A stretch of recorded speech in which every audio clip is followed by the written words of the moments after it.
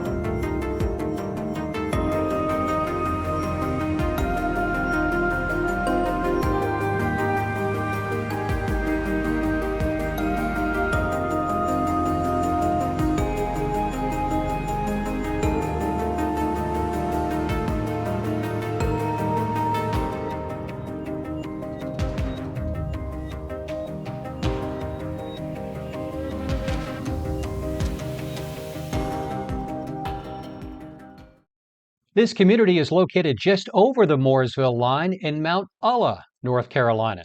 It's only a 15-minute drive from downtown Mooresville. As mentioned at the beginning of my video, there is no HOA here, so no monthly fees to worry about. And all you need is $1,000 down to go under contract. All of your closing costs, they're covered if you use one of their preferred lenders. Now, this deal is hard to beat in the world of new construction homes. So what do you think of McNeely Farms? Please leave me a comment, and I'd appreciate it if you would like and share my video.